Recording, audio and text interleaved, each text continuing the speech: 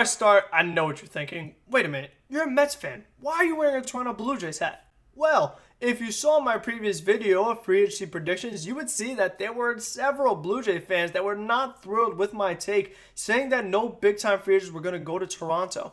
And they let me know that Toronto is here to play, that they have a lot of money to spend, and they're going to be very aggressive and could be a possible destination for big free agent candidates. So I'm wearing this Blue Jays hat as a bit of a truce and an apology to the Blue Jay fans. So I would like to go to Canada, maybe go to a game next year at the Rogers Center, meet some of you guys. Hopefully you don't beat me up. But this video was requested to me by Jacob Malkin. I hope I said your name right. I'm going to rank every team right now before free agency to see how they could improve and where they will end up. There will be a future video after free agency to see how they did. But if you guys like this video, leave a like, comment. What is your power rankings? What are your best teams? What are your worst teams? What are your middle of the pack teams? Who's overrated? Who's underrated? Let me know. I'm curious to see what you guys think of these other teams. Again, this is just my opinion. This doesn't mean I'm right. I'm probably wrong. But again, this is just for fun. Don't forget to subscribe. Tell a friend. We're getting pretty close to 300 subscribers. So let's keep pushing. Let's keep communicating in the comment section. And I hope you enjoyed this video. So let's hop right in. So starting off at number 30, in my opinion, the worst team in Major League Baseball right now,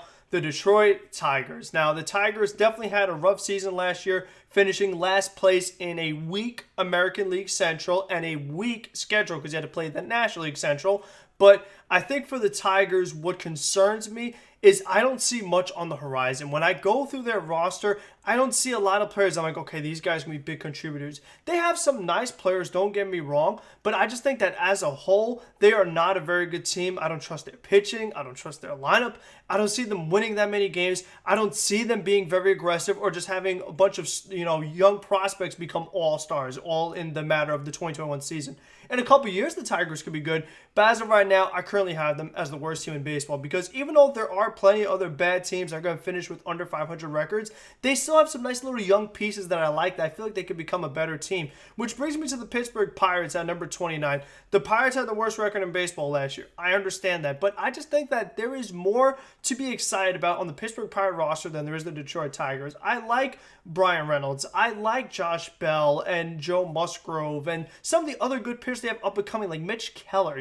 There is talent on this Pittsburgh team, and it baffles my mind how year after year they are this bad. The Pirates are bad, but they can't be as bad as they were last year. I really think that Pittsburgh is better than that, and that's why I have them at number 29. At number 28, I have the Texas Rangers. Yesterday I talked about them, but the Rangers need a lot of help. With Corey Kluber becoming a free agent, outside of Lance Lynn, there isn't much in the Rangers rotation right now. They have a little bit of bullpen, not much in the lineup outside of Joey Gallo. I think the Rangers need a lot of help, so as they are currently constructed, I think they're the 28th team in baseball right now.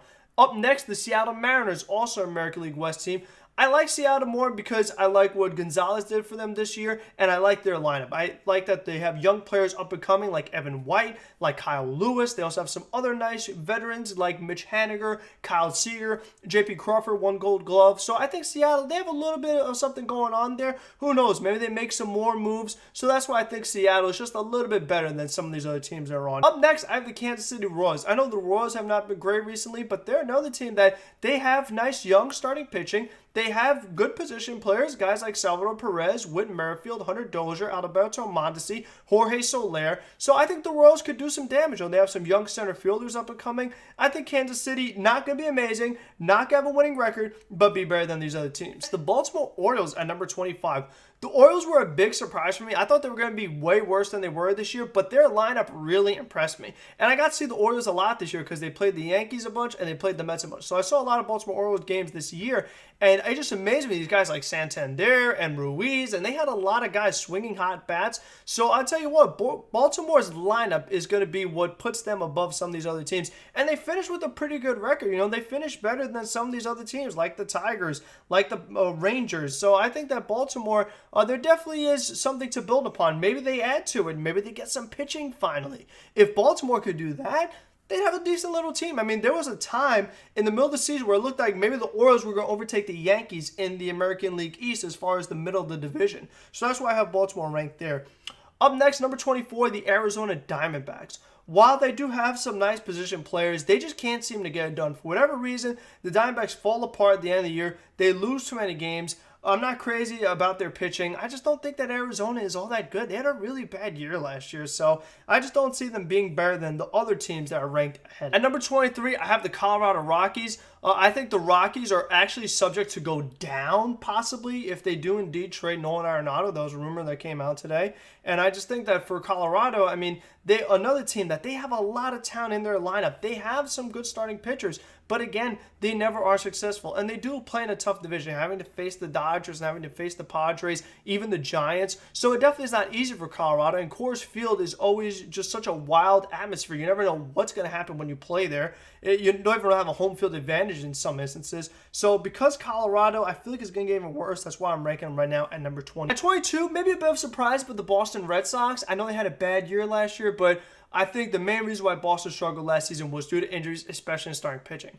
Getting Chris Sale back, getting Eduardo Rodriguez back is going to make a major difference for Boston because pitching is just so important. You see these teams that win the World Series, they do it with pitching. So I think that Boston is going to have a much, much improved season. I think they're going to try to upgrade their team a little bit in free agency. I think 22 is a fair placement for Boston right now. Up next, I have the Los Angeles Angels at 21. Even though they have some talent, Trout, Rendon, Ohtani, David Fletcher, they don't win games. You know, of course it is because of pitching. That's why I just talked about with Boston, how important pitching is. You could have a nice line, but if you have no pitching, you're going to be a team that has a losing record and don't make the playoffs. Now, the Angels are one of those teams that when we do this video after free agency, they could be top 15, maybe even top 10, if they do spend the money, if they do get Trevor Bauer or a big-time shortstop, whether it's Simeon or Didi Gregorius.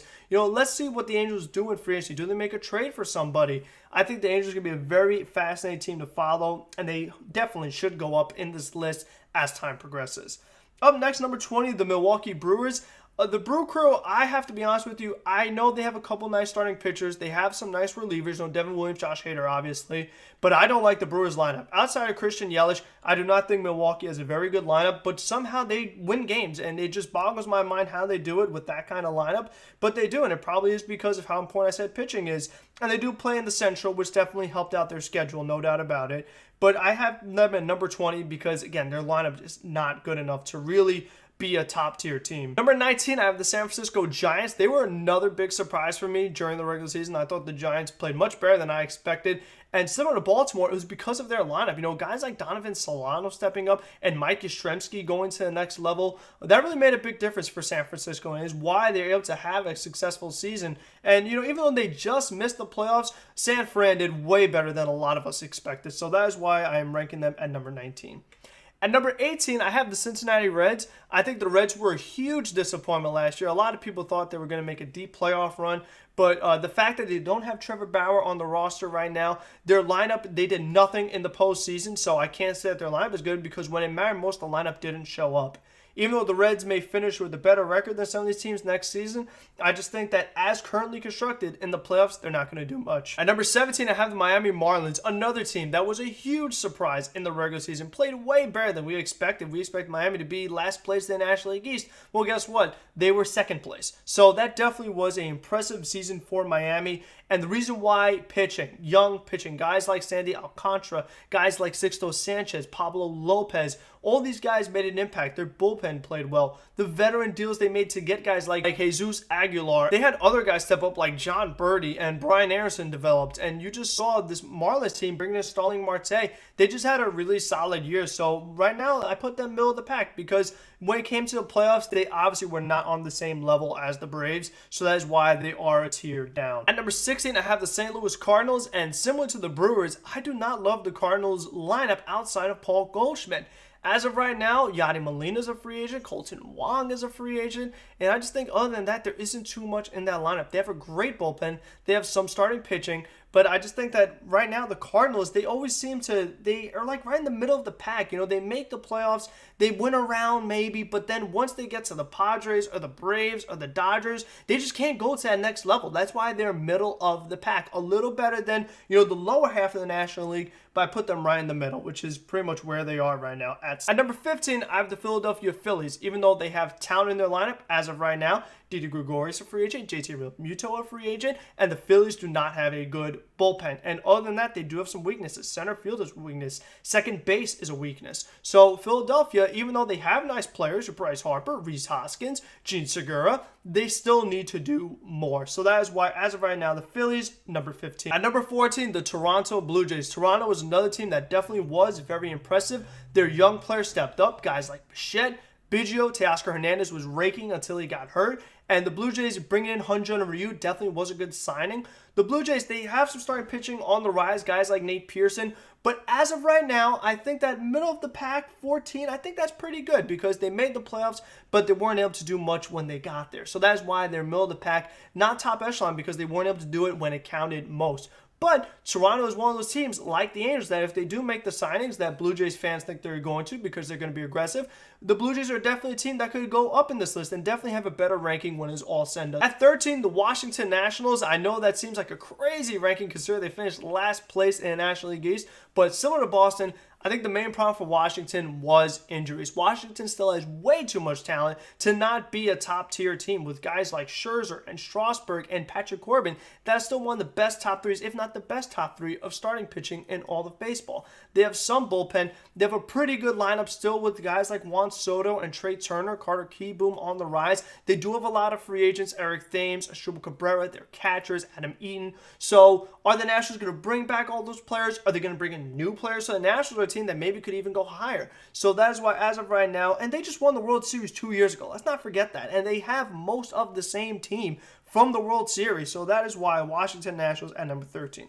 At number 12, the New York Mets. The Mets definitely were a disappointment, but I think that because of how important starting pitching is, give the Mets a healthy Syndergaard, a healthy Stroman, the Mets are a much better team than how they finished last season. And I expect them to do more, so they are another team that could be on the rise, but as of right now, the way they're constructed, number 12. At 11, I have the Chicago Cubs. Now, the Cubs are a team that could go down because of what it looks like their offseason plan is going to be. Looks like the Cubs want to make a lot of changes, get rid of some of their stars, and do a big-time restart. So, as of right now, the Cubs still have a nice roster, but if they end up getting rid of some nice players like Baez and Schwarber and Yu Darvish, the Cubs are going to go down big time and not be a top echelon. I don't want to say top echelon, but outside a top 10 team. All of a sudden, they're going to be in the 20s, not at 11. At number 10, I have the Houston Astros. I think the Astros, even though they didn't have a great regular season, they did play very well in the postseason. They got to Game 7 of the American League Championship Series, did better than maybe people thought they would. Some guys had down seasons, but